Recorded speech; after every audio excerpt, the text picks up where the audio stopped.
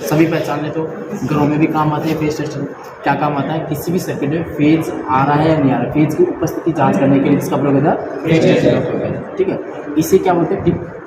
क्या बोलते हैं? टिप। ये भी टिप होती है वैसे। इसके अंदर जो एक लैंप होता है, नियोन लैंप, वो एक रेजिस्टेंस लगा होता है। इधर से अपन फेज दिया, इधर से अपन सर्किट पूरा किया।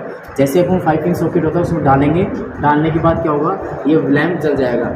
इसका मतलब क्या होगा? ऐसे डाला और ऐसे किया, इसका मतलब क्या होगा? ये फेज की उपस्थिति को दर्शा रहा है। ठीक है, पहचानेंगे क्या है ये फेज टेस्टर। क्या बताता है? किसी भी सर्किट या परिपथ में फेज की उपस्थिति को ही बताता है। इसमें जो बल्ब लगता है वो कितने कौन सा होता है? Neon bulb. ठीक है, ये सामान्यतः 230 वोल्टेज तक यूज होता है, लेकिन इसको अधिकतम 500 वोल्टेज तक यूज कर सकते हैं। ठीक है, इसको सामान्यतः तो 230 वोल्टेज यानी सिंगल फेज सप्लाई, लेकिन अधिकतम 500 वोल्टेज तक इसको यूज कर सकते हैं। ये आता है फेज टेस्टर। कैसे यूज करेंगे?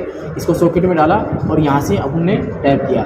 अगर लैंप जल जाता है इसका मतलब क्या होगा? उस सॉकेट में फेज आ रहा है। जिसमें लैंप नहीं जलता है तो इसका मतलब क्या है? उसमें फेज नहीं आ रहा, वो न्यूट्रल हो सकता है, अर्थ हो सकता है। ठीक है, इस तरह से इसका उपयोग करते हैं फेज टेस्टर का उपयोग। ठीक है, इसी प्रकार का क्वेश्चन हो तो बताओ, कोई दिक्कत नहीं है, आराम से काम कर लोगे। इसका फेज टेस्टर होता है, ये इसकी टिप होगी, ये शंख बोल देते हैं, ये इसका हैंडल होगा, यहाँ से इसको ये इलेक्ट्रिसिटी में हमेशा एक इलेक्ट्रिशियन के पास हमेशा ये होना चाहिए।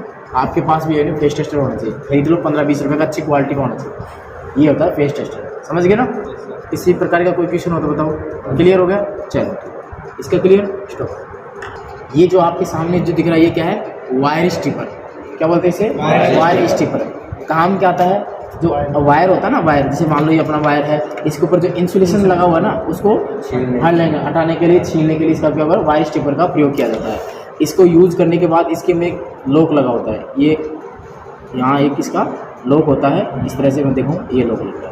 इसको यूज करने के बाद इसका लॉक लगा दो और रख दो। ठीक है, यूज करने का तरीका क्या है? इसका लॉक को खोलो, खुल गया, और जो अपना वायर होता है उसको इस तरह से ये इंसुलेशन हटाने के लिए इसका उपयोग है। इसका नाम क्या है? Wire stripper. ठीक है, इसको केवल प्लायर बोलते हैं फिलहाल। ये क्या है आपको दिख रहा है क्या सारा? आप अपनी भाषा में इसे क्या बोलते हो? वही प्लास बोलते हो, लेकिन इसे अपनी टेक्निकल भाषा में क्या बोलेंगे? प्लायर बोलेंगे। क्या बोलेंगे? प्लायर बोलेंगे। अरे क्या बोलेंगे? ठीक है, इसका ये जो है ये क्या है? इसका हैंडल हो गया, ये रबर का चढ़ा होता है ताकि अपन वायर वगैरह पर सप्लाई पर चालू करते हैं तो अपन करंट नहीं लगे। ये इसकी जा होती है, ये क्या? उसकी जा को हिंदी में क्या बोलते हैं? जबड़ा बोलते हैं। और मैंने एक आपको बताया था पिवेट क्या होता है, तो ये जो आपको ये वाली जो चीज़ होती है ना, ये वाली जो गोल गोल दिख रहा है, ये वाला देखो, ये वाली जो चीज़ है, ये वाली, इसे पिवेट बोलते हैं। ठीक है, हो गया, ये जाओगे, ये जो ये इसे ग्रिप बोलते हैं। इसका काम क्या होता है? जो तार होते हैं, वायर होते हैं, उनको काटने का, मरोड़ने का, ऐंठने का काम किया जाता है। ठीक, ये क्या है? Combination plier. ठीक है, समझ गए? दो टांगों का कॉम्बिनेशन होता है, बीच में पिवेट होता है। अब इसकी देखभाल करने के लिए क्या करेंगे? समय समय पर ये जो पिवेट वगैरह होता है ना, मूविंग पार्ट्स में, इसमें लुब्रिकेंट ऑयल यानी कि स्नेक तेल या ग्रीस वगैरह का यूज करते रहते हैं। जंग से बचाने के लिए ग्रीस वगैरह का यूज करते रहना चाहिए। ये अपना कॉम्बिनेशन प्लायर है, ये भी अलग अलग साइज में होता है। ठीक है, क्या क्या साइज होता है? साइज मापने के लिए क्या करेंगे? अपना स्टील रूल लेंगे और उसको साइज नापेंगे। ये कितने का है? अपना 150 का। ये कितने का है? 150 का। इस तरह से अलग अलग 100 mm के होते हैं, 150 mm के, 200 mm के, इस तरह से ये 250 mm के, इस तरह से ये होते हैं। ठीक है, ये होता है कॉम्बिनेशन प्लायर। ये तो आप लोगों ने सभी ने देखा होगा,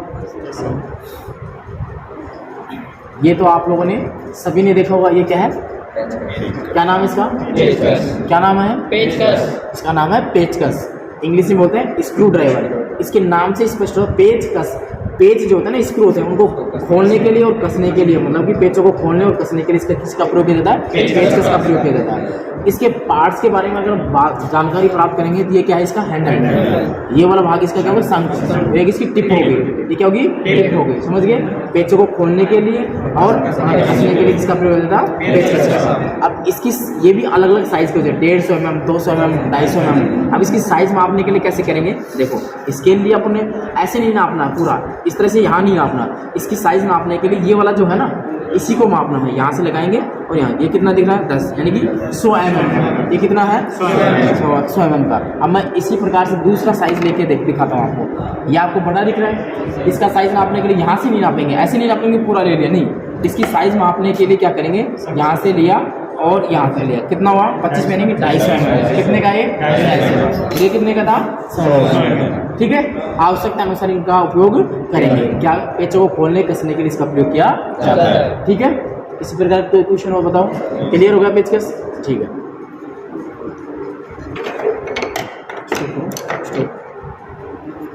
चीज़ आपकी बता सकते हो, क्लास में मैंने बताया था, बताओ। दीवार में छेद करेंगे? नहीं, बोर्ड में छेद करने के लिए। बोर्ड में छेद, कैसा बोर्ड होगा बताओ? चलो मैं बताता हूँ आपको। इसका नाम क्या है? पोकर। क्या नाम है? पोकर। दूसरा नाम क्या है? सुम्बी। पोकर, ब्राडल, सुम्बी। इसके कितने नाम हैं? 3 नाम हैं। पोकर, ब्राडल, सुम्बी। क्या नाम है? पोकर, ब्राडल, सुम्बी। क्लियर हुआ? अब लकड़ी का जो बोर्ड होता है उसमें पेच कसने के लिए अपन क्या करते हैं, हल्का सा छेद करने के लिए लकड़ी के बोर्ड में पेच कसने से पहले छेद करने के लिए इसका प्रयोग करेंगे। इसको दबा करके छेद कर देंगे ताकि पेच सही तरीके से सही निशान पर कसा जाए। तो पोकर, ब्राडल, सुम्बी का उपयोग क्या किया जाता है? लकड़ी के जो बोर्ड होते हैं उन पे पेच कसने से पहले छेद करने के लिए किसका प्रयोग करेंगे? पोकर, ब्राडल, सुम्बी का प्रयोग करेंगे। इसमें वही हैंडल होता है।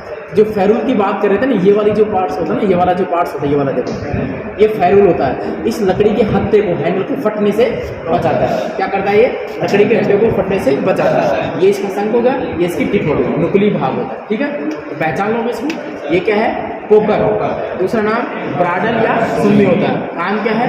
लकड़ी के बोर्ड में छेद करने के लिए। ठीक है, छेद करने की जो जरूरत क्यों पड़ी अपन को?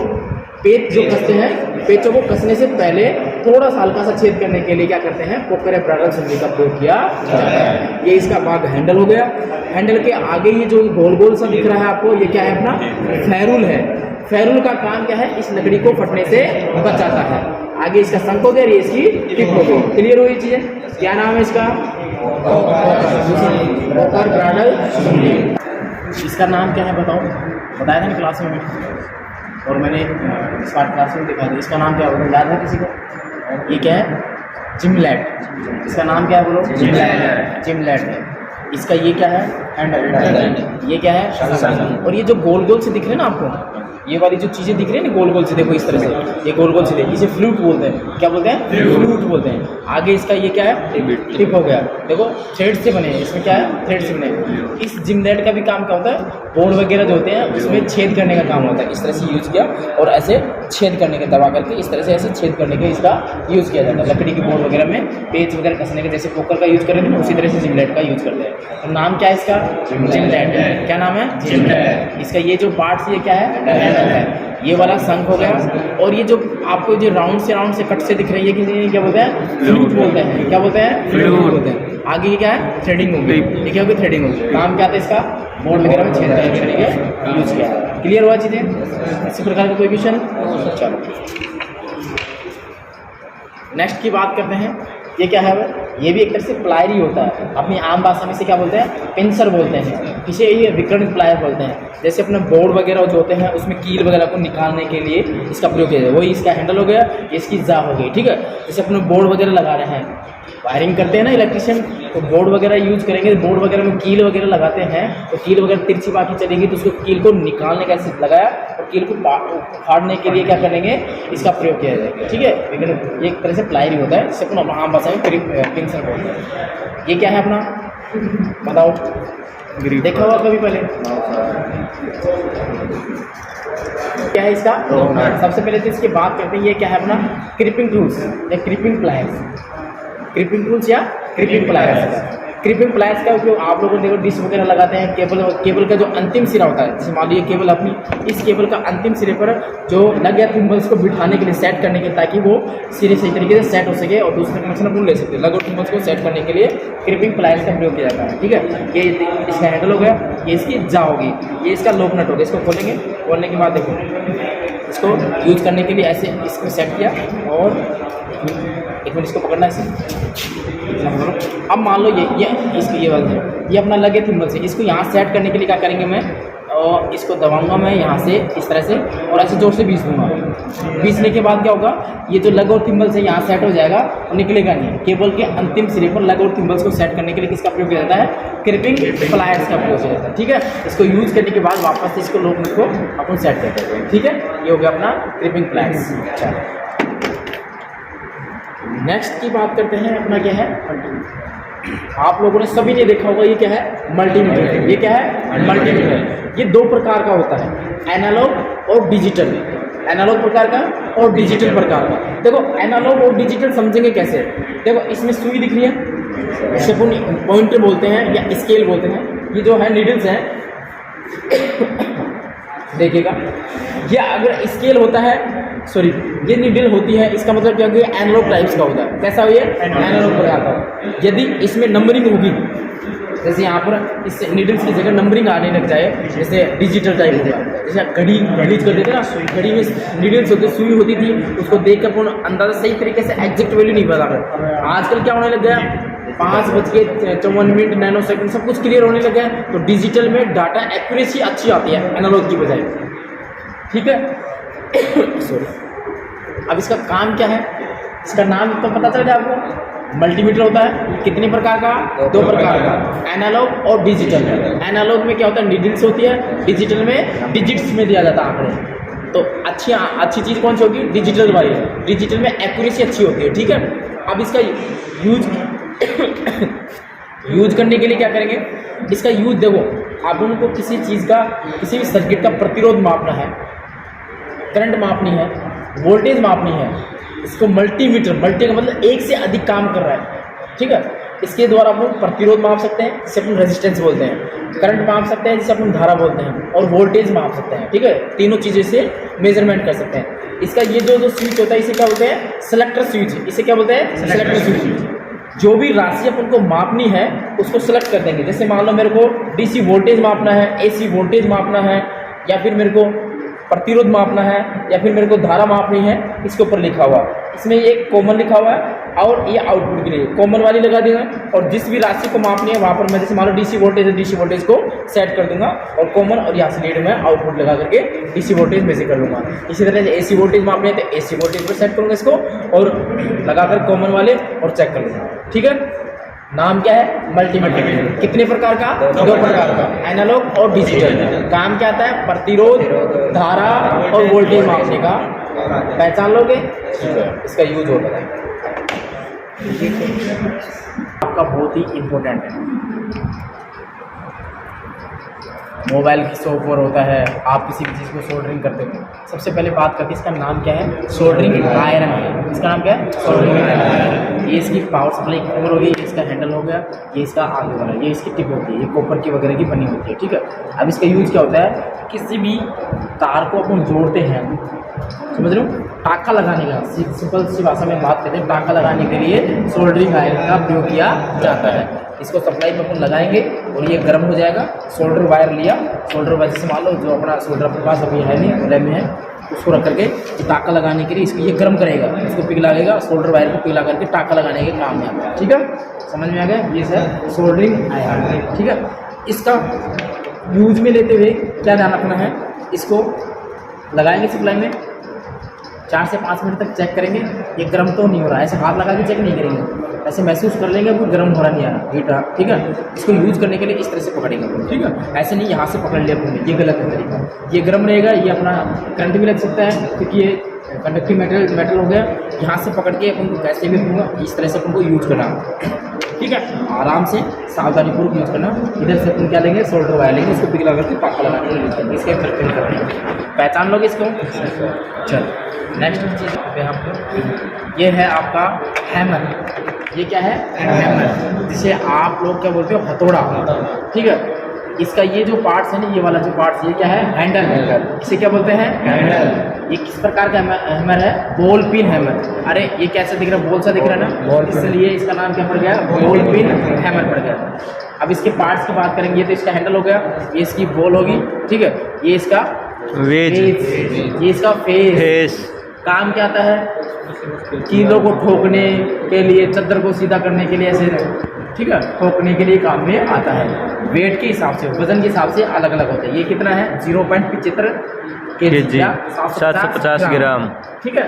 ये वजन के हिसाब से अलग अलग होते हैं। दोबारा से देखो, ये इसका हैंडल होता है, पिन बोल दो या फिर बॉल इसको होती है, इसीलिए इसका नाम बॉल पिन हैमर। ये वेज हो गया, ये इसका फेस हो गया, ठीक है। इसी प्रकार से ये भी आपका हैमर है, वही हैंडल हो गया, ये फेस हो गया, ये इसके, ये वेज हो गया इसका, ठीक है। ये कितने का है, कितने ग्राम का है, 200 ग्राम का है। ये कितना है, 200 ग्राम का। ये इसका वेट कम होता है, इसका वेट ज़्यादा होता है। क्लियर हुआ। आगे बात करते हैं इसकी। ये देखिए इसका नाम क्या है, हेक्सा। इस पूरे सेटअप का क्या है, हेक्सा। हेक्सा में देखो सबसे पहले ये क्या है, इसका हैंडल है। ये क्या है, हैंडल। केवल इसकी बात करते हो, ये क्या है इसका, हेक्सा फ्रेम। फ्रेम। पूरा नाम क्या है इसका, हेक्सा फ्रेम। इसे क्या बोलते हैं, हेक्सा ब्लेड। इसे क्या बोलते हैं, हेक्सा ब्लेड। इसे क्या बोलते हैं, विंग नट। इसे क्या बोलते हैं, विंग नट। इसमें दो सिरे दिख रहे होंगे, एक तो ये सिरा दे रखा है, एक ये सिरा दे रखा है। ये तो फिक्स रहता है सॉरी, ये तो इसका फिक्स रहता है और ये मूवेबल रहता है। इसमें हेक्सा ब्लेड डालने से पहले इस विंग नट को अपन लूज कर लेंगे, इसको लूज करके यहाँ से निकाल लेंगे, ठीक है। ऐसे निकल गया अपना। इसको डालने से पहले ये भी ध्यान रखना है, इसकी जो थ्रेड्स हैं, दांते हैं, वो किधर होने चाहिए, हैंडल की तरफ होने चाहिए।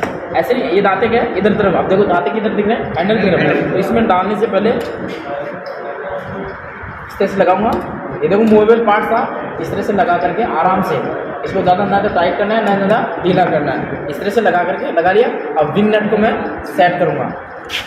1 मिनट, ये हो गया।